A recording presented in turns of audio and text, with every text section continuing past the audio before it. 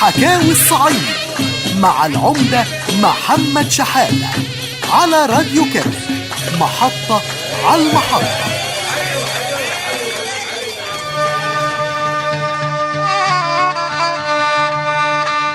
أعزائي المستمعين، السلام عليكم.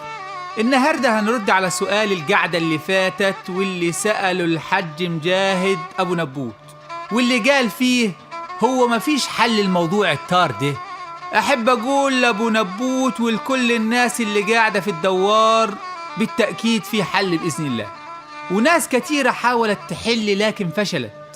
والمشكلة إن الشرطة لما تروح تحقق في أي حادثة قتل في الصعيد محدش بيرضى يقول من أهل القتيل مين اللي قتل ولدهم، وطبعا أهل البلد الباقيين محدش يقدر ينطق فيهم، وإلا كده هيكون بيعادي عيلة القتيل وعيلة القاتل.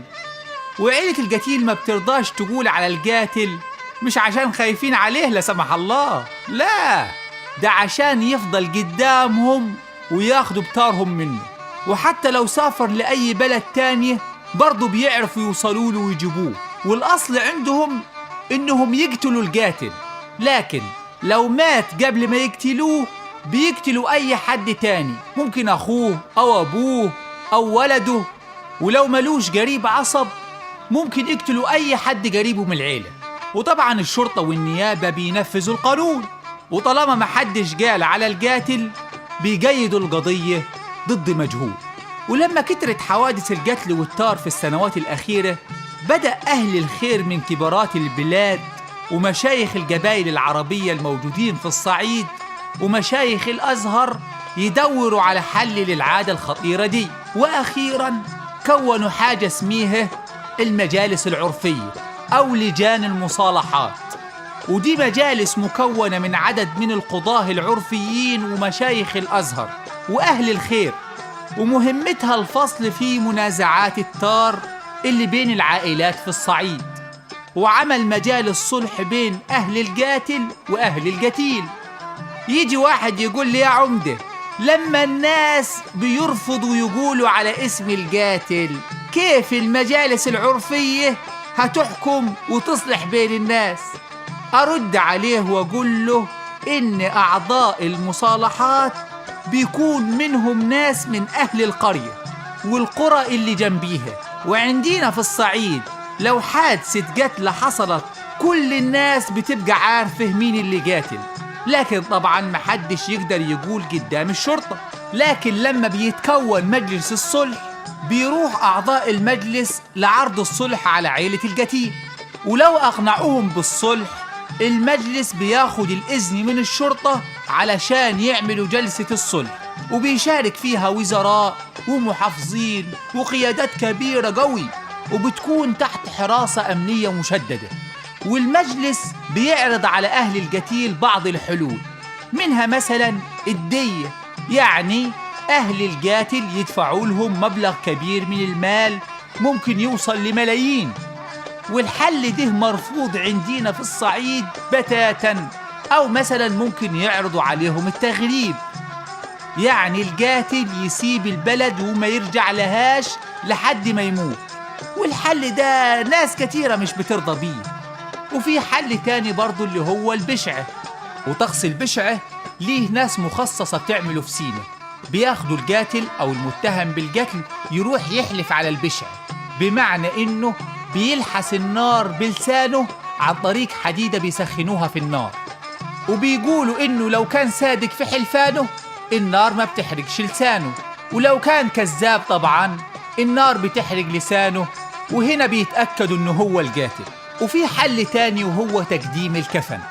وتقديم الكفن ده يعني يجي القاتل وشايل كفن أبيض بين أيديه أو ملفوف حوالين جسمه أو حاطه على كتفه ويلف بيه البلد كلها، وده بيكون تحت حراسة أمنية مشددة.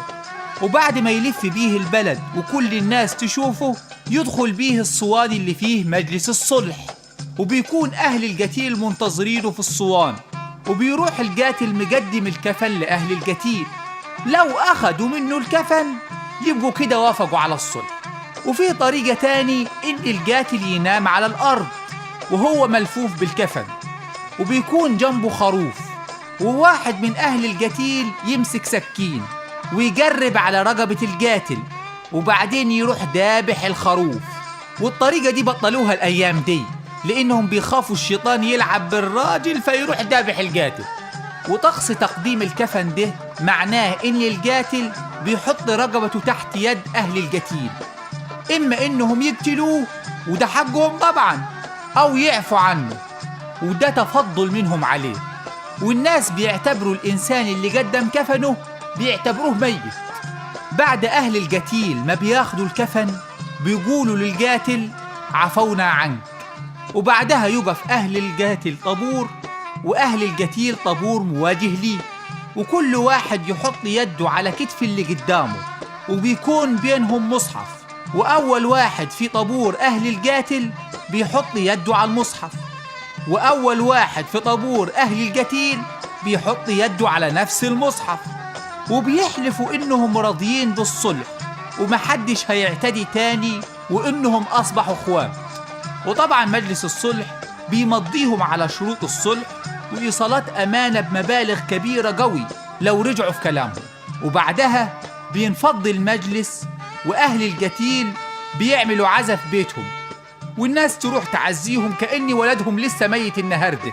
وبصراحة الحل ده جايب نتائج كويسة جدا، ونجح في القضاء على منازعات طار كتيرة عندنا. والقعدة الجاية بإذن الله هقول لكم كيف نقضي على عادة الطار في الصعيد في برنامجكم حكاوي الصعيد مع العمدة محمد شحاتة على راديو كيمت، محطة على المحطة. اقعدوا بالعافية. كنتم مع حكاوي الصعيد مع العمدة محمد شحاتة على راديو كيمت، محطة على المحطة. راديو كيمت، محطة على المحطة.